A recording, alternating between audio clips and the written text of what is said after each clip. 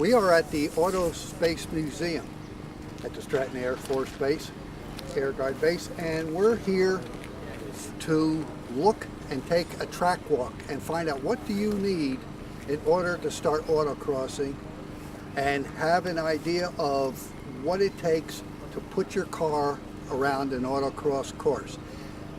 Right now, I am taking a look at the starting line. Everything that you see here, every cone has a purpose. If you miss the cone, if you hit a cone, it's a penalty. So the trick of it is to maintain the speed and still not hit a cone and score a good time. Now, when I take a look, setup is very important. And how you approach the course is just as important as the speed at which you're driving the course. So we take a look, and this will be the starting box. The key to this is that the starting time does not start until this double set of pylons right here. So how you approach it makes a big difference. Now, you can be way over here, and that just means you need to make a much larger arc around here. So how you approach the start of the track is important.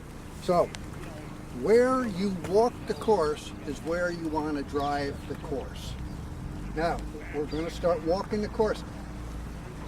You have to use your eyesight and trust your peripherals. So that means that you can't use your A-pillars on your car as your goal posts. If you need to look out the side window of the car, that's what you need to look out of. So we will start, and the trick of it is to look as far down the track, the course, as possible. So we are going to look right out the left window and start the car. Your hands will follow where your eyes are looking. So we will make the course. Now, as we approach the starting line, timing has not started. So the best way for you to bring up speed is to position the car properly. And we should also note right here that we already are starting to look up around the corner. You must trust your peripherals. So we will walk the course at speed. Timing is now going to start. And for us, we are already going to look up the right side of the course. Every cone has a designation, and each cone is marked. This cone here, this laying down cone, means that you must go to the left side of that cone. How you position the car at the cone makes all the difference in the world. Because if you are pointing this way, then the car is pointing, and you've got to make a correction. If you are pointing the car this way, guess what? You're going right up through. You're going right up through the course now. So we start looking around the corner. Each one of these is a gate, and we have to stay between the gates. Now, up here, the key to any autocross course is to put the track map in your head.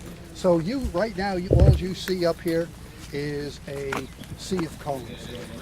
Okay, what you want to do is take out all the cones that are just extraneous and put your focus on.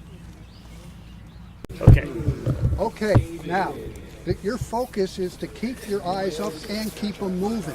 Your hands and your car will drive to where you're looking. If you are looking off to the left and you see a plane, you're going to drive to the plane. Okay, so you want to make sure that you are looking up, and wherever you're looking is where your hands are going to drive your car. As we move up, any off course is considered you don't get a finish time. You're off course. So you must stay on course, which I will go back to why the track map is so important in your head. Now, as you look here, you will see what appears to be a row of cones that is just blocking. And that is only an illusion. This is why it's so important to understand what the track is. We call that a fancy Chicago box. In other words, if you take a look at this cone up here on your left, that's got a pointer cone saying you must stay to the right. This is nothing more than a fancy slalom. So we just took all those extraneous cones out of the picture. Once again, I'll reiterate that you walk to where you are driving.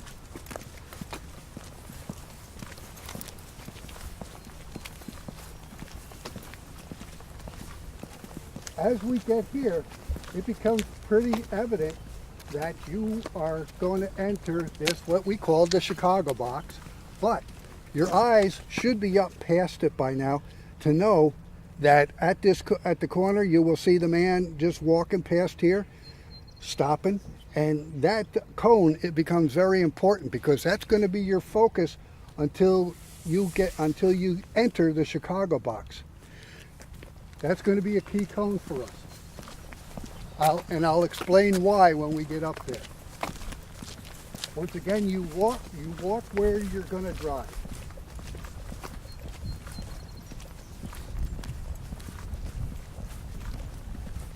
As you can see, it starts becoming more obvious. That cone that was way off in the distance starts becoming more obvious. Are we still good? Okay. And by now, your eyes should have moved from that cone there over to the next cone. You will see the next cone is a cone that says that you must be to the right of the upright cone.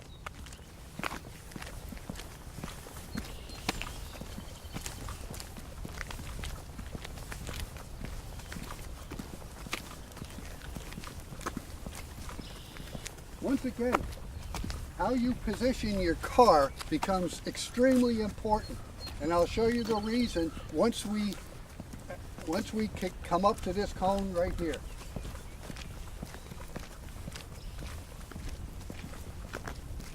Now, you will see that this is a slalom all the way down the back side of the track. As I come up to this cone right here, car position becomes very important. Now, if I don't have my car, here's what you would call an apex cone. Okay? If my car is positioned here, okay, look at what I have to do. I now have to make an adjustment with my steering. If my car is positioned here, now I've got a straightaway all the way up to the second cone. But where is my turning?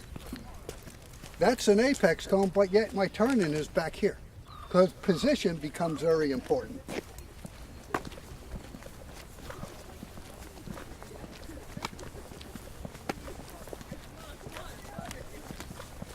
This cone tells you that it's not an optional slalom. It's a directional slalom, so you must go to the right of this cone.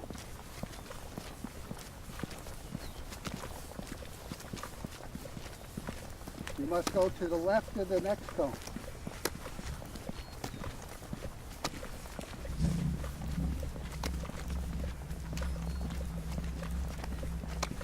You must go to the right of the next cone. As you're here, you should be looking right at the corner and knowing that the track is going to make a right turn.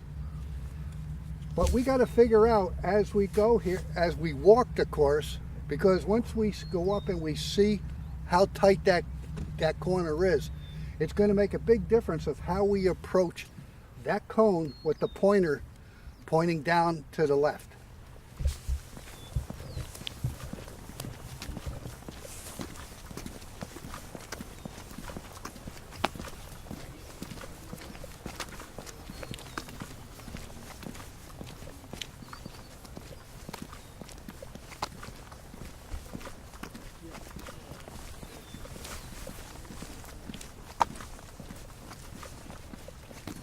We can actually glance down to the finish line, but right now is where we're going to be getting busy, is to figure out where and what and how are we going to do our braking. This is going to become critical.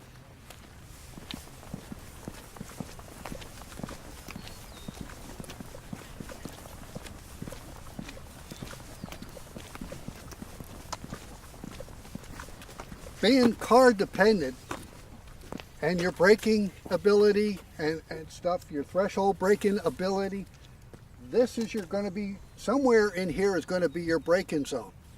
But what's more important, a lot like the cone that we showed you back there, position of where that car is in reference to that cone becomes very important.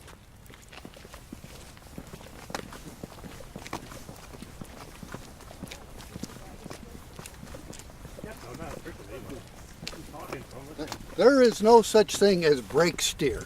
There's only throttle steer. So if you're going to use that skill, you've got to get all your braking done. You've got to have the brakes released. This is where it becomes very important, because guess what?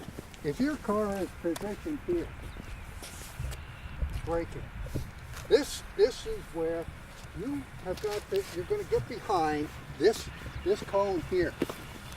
If you come back through here and you position your car and get your braking, look at where your turn-in is actually back here. It is probably 15-20 feet off of this cone here. But if your car is positioned here, look at the straightaway you have to the end. You just accelerate right to the finish line.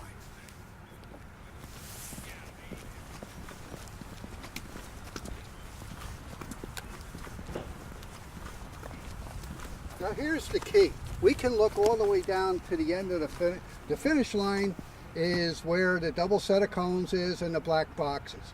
However, every cone is important, and if you hit any of the cones there, it is a 2-second penalty. At the very end, you will see 2 little upright cones. If you don't go through those cones, it's a kind of a safety infraction. It's still a penalty.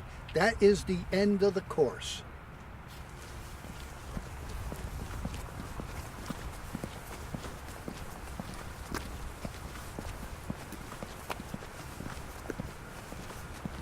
I can't stress enough the safety part of any event, and driving using your head. It's not about guts, it's not about quick reflexes, it's about using your head. And once you hit the finish line, there's no more timing. So if you didn't get to speed before that, you're just wasting your time after that, and we want you down to 5 miles an hour at the end of this, and then you'll enter into the paddock. Some of the things, your car should be prepared before you come to the event. You should really only want to adjust tire pressures and maybe shock adjustment if you have adjustable shocks. Otherwise, right, mentally, you need to be prepared. You know, you need to have your equipment in good shape. It's all important, and it makes for a nice day. Who wants to have their hood up and be working? It just distracts you from concentrating on your driving. So we can stop there, I guess. Okay.